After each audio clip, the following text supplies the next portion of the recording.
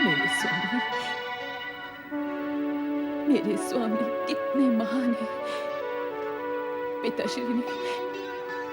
पिताश्री ने भरी सभा में उनका इतना बड़ा अपमान किया और उन्होंने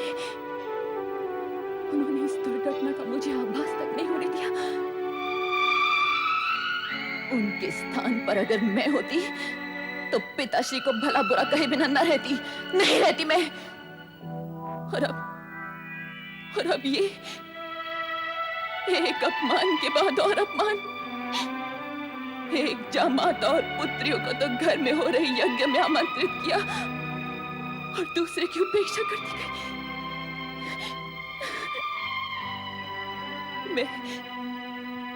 मैं क्या करूं? मैं क्या करूं और क्या ना करूं?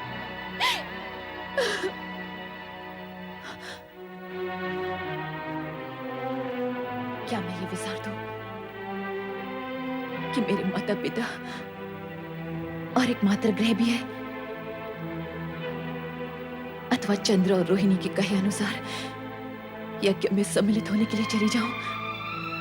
हाँ, नहीं,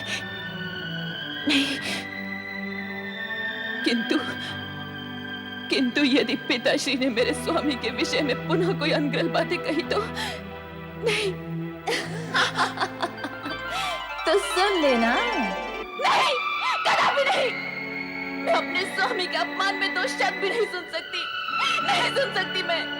तो तू वहां जाने की क्यों सोच रही है, जहां अपमान के कांटे चुभने की अधिक संभावना हो? और जबकि तेरे पति ने भी उस प्रसंग को विसार दिया है, तो तू उनकी राख के ढेर में से चिंगारियां चुनने हेतु क्यों जाने की इच्छुक है? ये ज्ञात होते हुए भी कि चिंगारियों को हवा लग जाए तो वे भीषण अग्निज्वाला का रूप ले लेती हैं।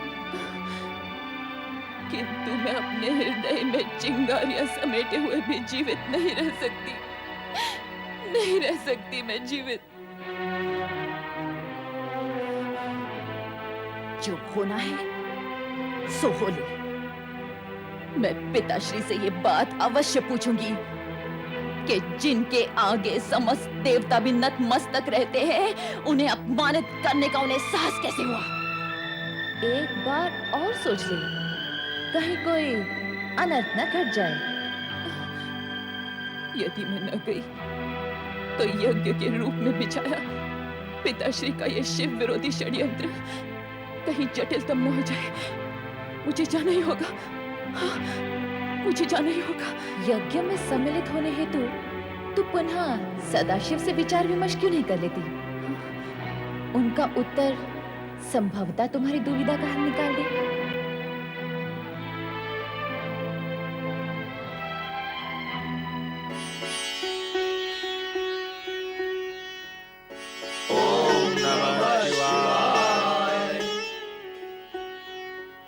सती माता की जय। प्रभु, मैं पिताश्री के यहाँ हो रही यज्ञ में सम्मिलित होने की इच्छुक हूँ।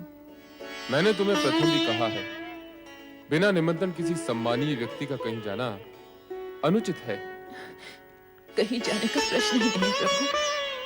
मुझे तो अपने मातृ गृह जाना है, अपने माता पिता के घर, अपने घर। विवाह उपरांत स्त्री का घर वही होता है जो उसके पति का घर हो। ये कैलाश धामी तुम्हारा अपना घर है, तुम यहाँ की स्वामिनी हो। इसका तात्पर्य ये कि विवाहोपरांत पुत्री का माता पिता से संबंध टूट जाता है, उन्हें विसार देना ही उचित है। मैंने अपने अपमान को तो विसार दिया, किंतु यदि वहां तुम्हारा तनिक भी अपमान हुआ तो वो मुझसे सहन नहीं होगा।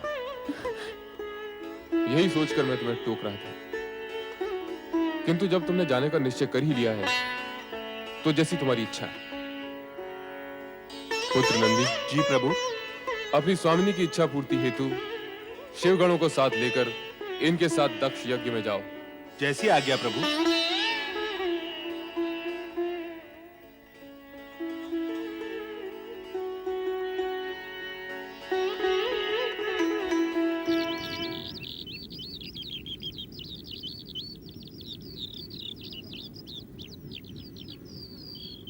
प्रजापति दक्ष यज्ञ आरंभ करने का समय हो गया है। महारानी वीरनी को बुलवाइए। जो आज्ञा ऋषिवर। हरिओम तत्सत, हरिओम तत्सत, हरिओम तत्सत। बिना भगवान शिव की उपस्थिति के ये यज्ञ नहीं हो सकता। ऋषिवर, मेरे इस यज्ञ के इष्ट देव श्री हरि विष्णु जी हैं। किंतु वो मंगलमय भगवान शिव कहाँ हैं, जिनकी कृपा से समस्त मंगल कार्य संपन्न होते हैं, जिनके नेत्रों से देखे जाने पर मरुभूमि भी लहलहाती पुण्य भूमि बन जाती है। हे दक्ष, ऐसे तेजस्वी मंगलमय भगवान शिव को शीघ्र ही यहां बुलाकर इस यज्ञ की सफलता के प्रति पूर्ण रूप से निश्चिंत हो जाओ। देवेश्वरों, यदि वो परम शिव देवी जगदंबा सहित यहां आ गए तो ही यह यज्ञ पूर्ण हुआ समझो, अन्यथा नहीं। ये मेरा सत्य वचन है।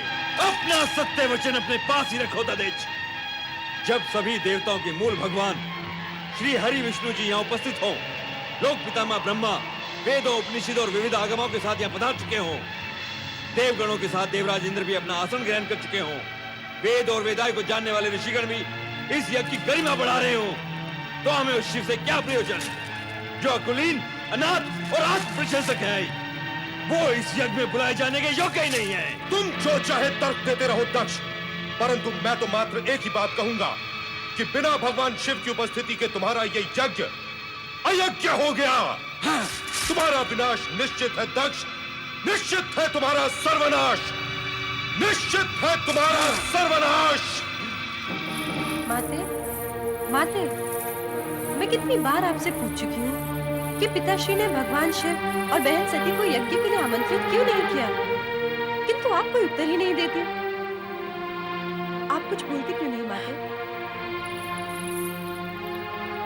क्या बोलूं पुत्री, यही कह सकती हूँ कि विनाशकाली विपरीत बुद्धि।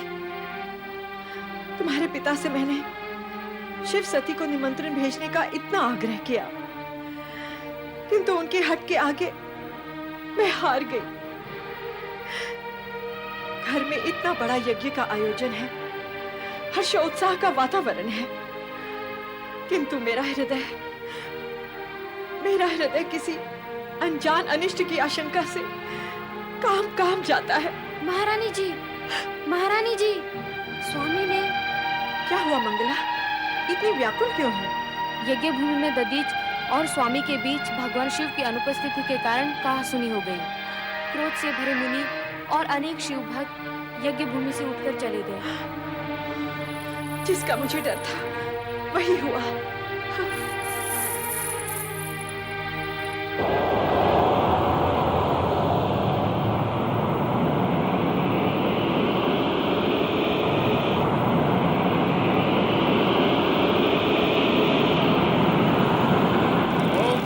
परमात्मने स्वाहा। ओम पराय परमात्मने